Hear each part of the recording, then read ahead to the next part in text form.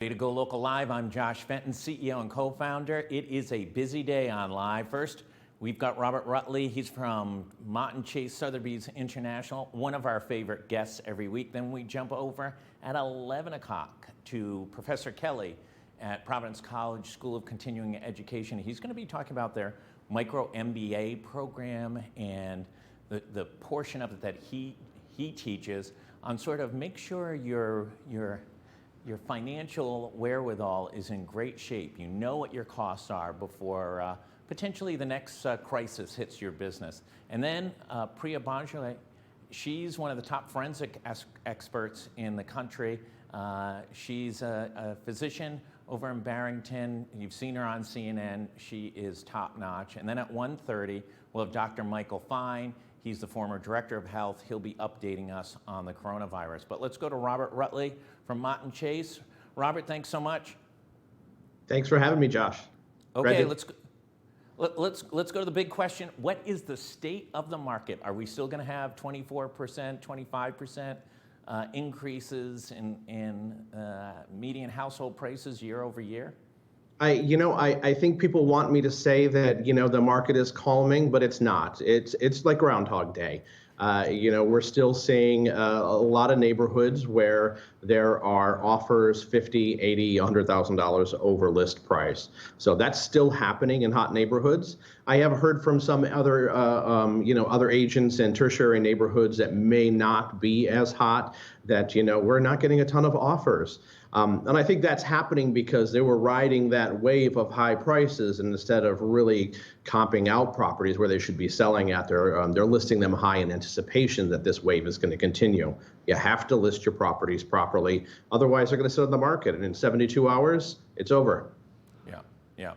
So talk a little bit about where you're seeing hot spots and where you're seeing cooling. Maybe go by community or neighborhood or whatever you're seeing.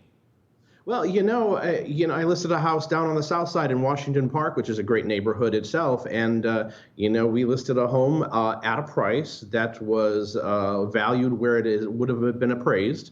And we got 9 offers. We got offers $50,000, $60,000 above. This is not a hot neighborhood, but there is a large demographic of people looking for quality houses in neighborhoods where they can afford. And I think, that is still very valuable to people.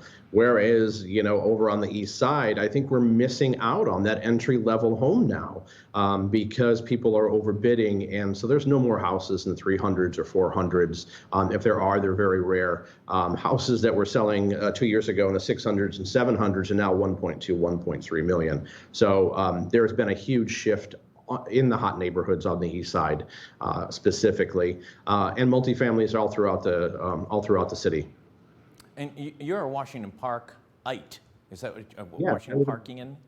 What is the appropriate term for someone who lives in Washington Park?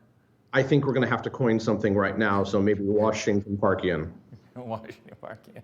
Will that be the next hotspot? I mean, there are grand homes in Washington Park. I mean, really extraordinary properties, and many have been maintained always. Many have been restored. It is a neighborhood. It's a lot of, home ownership. It's not a lot of rentals in many cases. Talk about that neighborhood a little bit. Well, I'm partial to the neighborhood. I live there. I do live in a big historic restored home. I love my neighbors. I think it's, a great overlooked neighborhood, which is totally fine by me. And I'm fine to live in an overlooked neighborhood. But there are a lot of great things. So the Johnson & Wales Harborside campus is there. So that does bring some investors to the multifamilies that are around. But you've got great accessibility to places like Patuxent Village, Edgewood, Stillhouse Cove. It's a quick shot up Ellens Avenue or up Broad Street into the city. And then you've got, the jewel of Providence, which is Roger Williams Park, which is right there. So there's a lot of availability, and it's easy to get in and out. So we're seeing a lot of pretty much any spot of grass that is not built on is now getting built on. You're seeing it significantly on the east side of Providence. We featured them a number of times, as well as apartment complexes going into all sorts of little tiny, it's hard to believe how many units they're getting into small areas. There's one on Waterman Street, almost at Wayland, where they're going up. There's another one that just went there across from Mare, where United Way used to be for you old timers. On the corner of Waterman and Wayland, there's an apartment complex being proposed, tearing down Monahan's funeral home. It just seems like if somebody can get a spot of land, they're going to build. What impact is that having on the market? I know a lot of these are rentals, but is it helping the market or is it relieving some of the stress as more apartments come online? You know, there's two sides of this coin, and I love that you're a Rhode Islander and you're going to mention where things used to be, so that By the way, there used to be an Almax just down the street from where I discussed, just down. Of course. But, there's two sides to this. I want to preserve Providence and its historic nature and the beauty that we have now, but we do need more housing. So I think there needs to be some really curated properties that are being built. Rentals are great. Rentals are great money makers for developers and for huge investors. And I'm not talking about mom and pop investors that would own one or two properties. These are the big guys. It's great money makers for them, but it's not going to cure our housing shortage. People want to buy homes. They want to buy, single family homes mostly, but when they're priced out of that, they're moving into condos. And if people aren't building more condos, it's not really satiating that need. On the June numbers, the Rhode Island Association of Realtors said, the out-of-state buyer is impacting housing prices. We should have sent them a joint memo that, gosh, you and I have been talking about that for about 6 months or so. But how much is that out-of-state buyer? Is that affecting, we know it's affecting the east side, we know it's affecting the waterfront communities. Is it affecting Washington Park, other areas, because people are moving accordingly? In other words, so many people are looking at the east side that's displacing potential east side buyers, and they're looking at other communities. Yeah, I think it's affecting all of Providence. In fact, RIAR says that our out-of-state buyers are up 70% almost from last year. So I think that Rhode Island properties have been undervalued for a very long time. Rhode Island is that little skip and a jump when you're driving on the highway to go from New York to Boston. I think people now realize that we have 400 miles of coastline. We have fantastic luxury homes that are, everywhere from Charleston and Jamestown and Newport to, great historic homes all over the city of Providence. So I think people, and in fact, one of the contracts that I did recently in a neighborhood was somebody from D.C. and it was not on the East Side neighborhood. We are still getting quite a few people from out of state, but it's an osmosis thing. They're paying high prices for things, and where they live now, and when they need to move here, they're able to put in substantial assets to purchase a home because we've been so undervalued for so long. For the average Rhode Islander, the median housing price has doubled in about 10 years, 11 years, and the median household income has only increased by about 65%. So for the average Rhode Islander, that's tough sledding. It is, but I think without jumping into other politics, I think we need to somehow increase, the income for Rhode Islanders. So more Rhode Islanders should become realtors.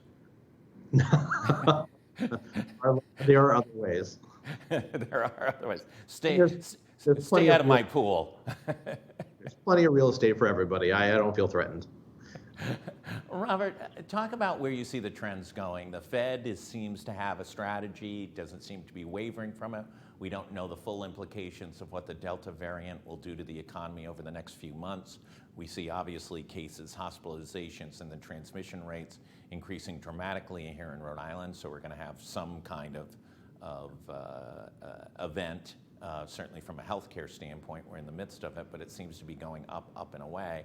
But let's just say it's not a full shutdown. We're not seeing an impact like we did. Does this market just keep going and going and going? Yes. It keeps going. The Rhode Island real estate was hot before COVID. COVID just gave that extra oomph to everybody to get going and to make those big decisions because their lives and their lifestyles were changing.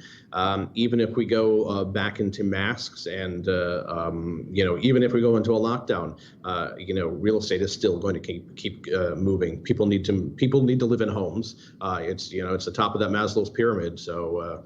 Yeah, you really have to. It's a needed resource. Last question. If you were, let's just say, that early stage buyer, you're a couple that got married, you're looking around, what are some areas of the state that you would say, maybe not best known, but you might want to take a look at it? What are those communities or those neighborhoods that, I don't want to say bargains can be had because there aren't any bargains to be had, but at least there's some inventory, there's some interesting components to those communities?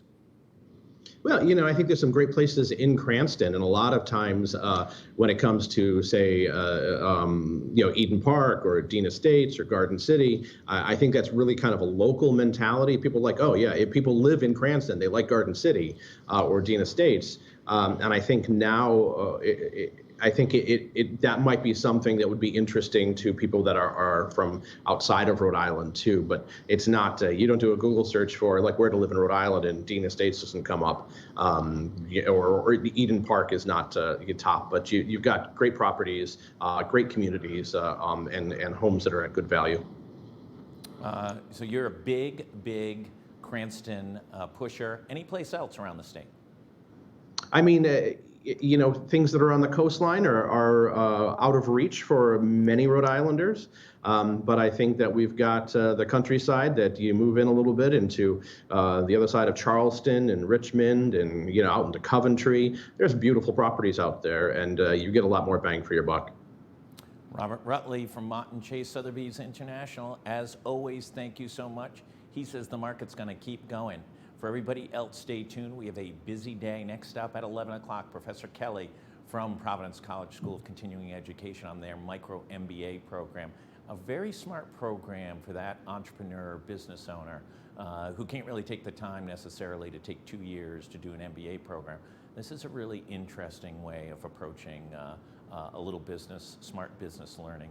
And then one of the top forensics experts at 12:30, and then we'll have Dr. Michael Fine.